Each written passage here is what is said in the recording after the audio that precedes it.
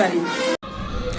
जी हाँ मेरे बड़े भाई, मैं आप लोग को बता दूं, ये है धनंजय धड़कन के माता जी। और मैं आप लोग को बता दूं कि बढ़ते विवाद को लेकर, जैसा कि सौरभ ईश्वर ने कहा था कि मेरे पास तुम्हारे माँ का भी वीडियो है, मैं वो भी वायरल करूंगा, तो फाइनली मैं बता दूं कि उस वीडियो को सौरभ ईश्वर वायरल कर दिया। मैं पूरा वीडियो आप लोगों को दिखाऊंगा। सबसे पहले मैं आप लोगों को बता दूं कि आप लोग किसको सपोर्ट कर रहे हैं, धनंजय धड़कन को या फिर सौरभ ईश्वर को, हमें कमेंट करके ज़रूर बताइएगा। बाकी वीडियो को लाइक ज़रूर कीजिएगा। बउआ हमारे RCM से गाना गावी रहे, तो एग्रीमेंट करा लेन, बे बुझे पूछे ना हम जलनी ना उनकर पापा जलक, घर के आदमी केहू ना जलक। बे बुझते पूछते RCM एग्रीमेंट करा लेलन। इहो करन कि हाँ हम पैसा ढेउआ दे, हम ना देलन। अब कहलन कि हाँ 5 लाख रुपया दे हम।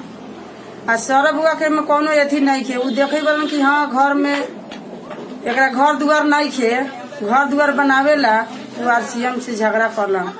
माने दोसर कुछो के गलती हिनकर नहीं खे। TF वाला RCM नोटिस भेजलन केस करके, जे इनकनी के केस कर दे बारी बउआ के हमरा ऊपर। तो नोटिस भेजले रहन RCM के TS वाला सहायता भेलन कि केस के हम तुरम हम लड़म, जैसे कि धनंजय के हम राखब।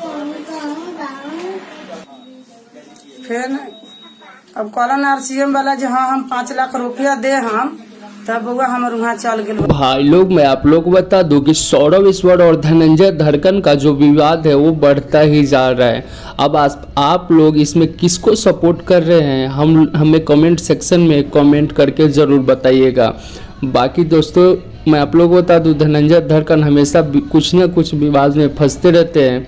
इसलिए ज़्यादा से ज़्यादा जितने भी धनंजय धड़कन के फैंस हैं उनसे रिक्वेस्ट है कि आप लोग धनंजय धड़कन को प्लीज़ सपोर्ट कीजिए। जी हाँ मेरे बड़े भाई, चलिए मिलेंगे फिर एक नेक्स्ट रिपोर्ट में, तब तक के लिए बाय बाय।